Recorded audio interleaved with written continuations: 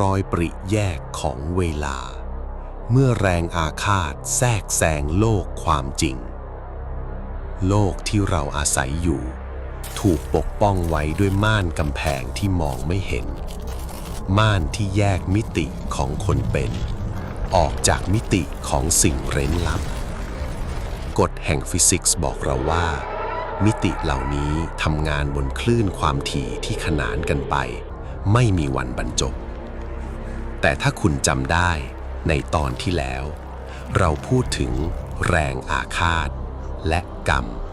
ที่ทำหน้าที่เป็นเสมือนหลุมดำดูดกลืนพลังงานระหว่างมิติยินดีต้อนรับสู่ตอนที่ 4ของปริศนาโลกคู่ขนานวันนี้เราจะมาพูดถึงจุดวิกฤตที่สุดของสังสารวัฏจะเกิดอะไรขึ้นเมื่อมวลพลังงานแห่งความแค้นมีน้ำหนักมหาศาลเกินกว่าที่ม่านกำแพงแห่งความจริงจะรับไหวเมื่อนั้นกฎเกณฑ์ทั้งหมดของธรรมชาติจะพังทลายและนำไปสู่ปรากฏการณ์ที่น่าสะพรึงกลัวที่สุดรอยปริแยกของเวลาบั๊กในระบบของจักรวาล Glitches in reality เมื่อเจ้ากรรมนายเวรสะสมพลังงานได้มากพอพวกเขาไม่เพียงแค่ส่งกระแสจิตหรือแทรกแซงความรู้สึกอีกต่อไปแต่พวกเขากำลังเจาะระบบปฏิบัติการของโลกกายภาพ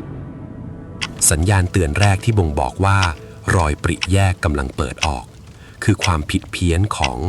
เวลาคุณเคยขับรถบนเส้นทางเดิมๆแต่จู่ๆกลับรู้สึกว่าเวลาหายไปหรือไม่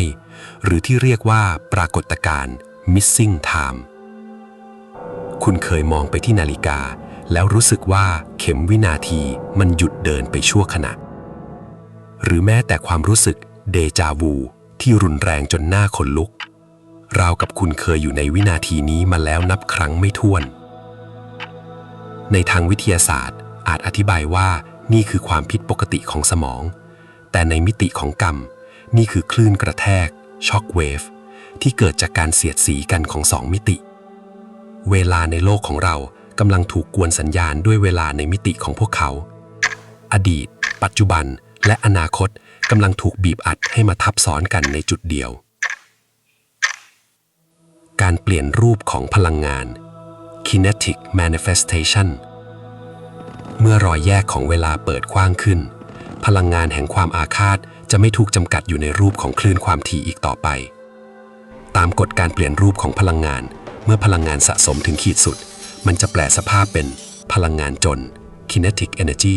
หรือแรงทางกายภาพนี่คือจุดเริ่มต้นของปรากฏการณ์ที่คนทั่วโลกเรียกว่าพลตไกส์หรือผีหลอกวิญญาณหลอนข้าวของที่เคลื่อนที่เองประตูที่ปิดกระแทกอย่างรุนแรงหรือรอยขีดข่วนที่ปรากฏขึ้นบนร่างกายโดยไม่มีสาเหตุในมุมมองของโลกคู่ขนานไม่มีใครล่องหนมาขว้างปาข้าวของหรอกครับสิ่งที่เกิดขึ้นคือแรงดันมหาศาลที่พุ่งทะลุรอยแยกของมิติออกมาเหมือนกับน้ำที่พุ่งทะลักจากรอยรั่วของกำแพงเขื่อนเจ้ากรรมนายเวรกำลังใช้ช่องโหว่นี้ส่งผ่านความเจ็บปวดที่พวกเขาเคยได้รับในอดีตกลับมาสู่โลกทางกายภาพของคุณอย่างเป็นรูปธรรมการยึดครองพื้นที่สมอง neural invasion แต่สิ่งที่น่ากลัวที่สุดไม่ใช่ข้าวของที่ปลิวว่อนหรือรอยฟกช้ำบนร่างกายเพราะเป้าหมายที่แท้จริงของแรงอาฆาตไม่ใช่สิ่งของราบตัวแต่เป็นตัวคุณสมองของมนุษย์คือเครื่องรับส่งสัญญาณที่ซับซ้อนที่สุดในจักรวาลเมื่อรอยแยกของมิติเกิดขึ้นตรงหน้าคุณคลื่นสมองของคุณจะถูกแฮกโดยตรงคุณจะเริ่มมองเห็นเงาดำที่หางตาได้กลิ่นเหม็นเน่าที่ไม่มีต้นกำเนิดหรือได้ยินเสียงคนเรียกชื่อจากมุมห้องสภาวะผีอำหรืออาการหลอนอาจไม่ใช่แค่อาการทางจิตเวชแต่มันคือการที่สติสัมปชัญญะของคุณถูกลากเข้าไปอยู่กึ่งกลางระหว่าง2มิติคุณยังหายใจอยู่ในโลกนี้แต่ดวงตาและโสตประสาทของคุณถูกบังคับให้รับรู้มิติของพวกเขามิติที่เต็มไปด้วยความเจ็บปวดและความเครียดแค้นพวกเขากำลังบังคับให้คุณดูและรู้สึกถึงผลของการกระทำที่คุณอาจหลงลืมไปแล้วข้ามภพข้ามชาติ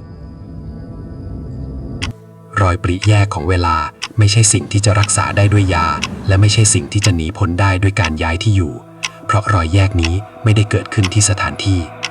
แต่มันเกิดขึ้นที่ตัวคุณสายใยแห่งกรรมผูกมัดคุณไว้ไม่ว่าคุณจะวิ่งไปสุดขอบจักรวาลพวกเขาก็จะตามมาทวงหนี้จนกว่าสมการนี้จะจบลงคำถามคือแล้วเราจะปิดรอยแยกนี้ได้อย่างไรเมื่อฟิสิกส์และวิทยาศาสตร์ปกป้องเราไม่ได้เมื่อกรรมคือสมการที่ต้องได้รับการชดใช้มีเครื่องมือใดในจักรวาลนี้ที่จะสามารถแฮ็กระบบกรรมและตัดสายใยข้ามมิตินี้ได้หรือไม่ในตอนสุดท้ายเราจะมาค้นหารหัสผ่านเดียวที่สามารถยกเลิกกฎเกณฑ์ทั้งหมดของสังสารวัฏพลังงานที่บริสุทธิ์ยิ่งกว่าแสงและทรงพลังยิ่งกว่าแรงอาฆาตอาวุธเดียวที่มนุษย์มีเพื่อหยุดยั้งวงจรนี้พบกับบทสุดท้ายของปริศนาโลกคู่ขนานในตอนหน้าครับครับเพื่อนๆชอบคลิปแบบนี้กดติดตามกดไลค์กดแชร์เพื่อเป็นกำลังใจให้ผมด้วยนะครับแล้วเจอกันใหม่ขอบคุณครับ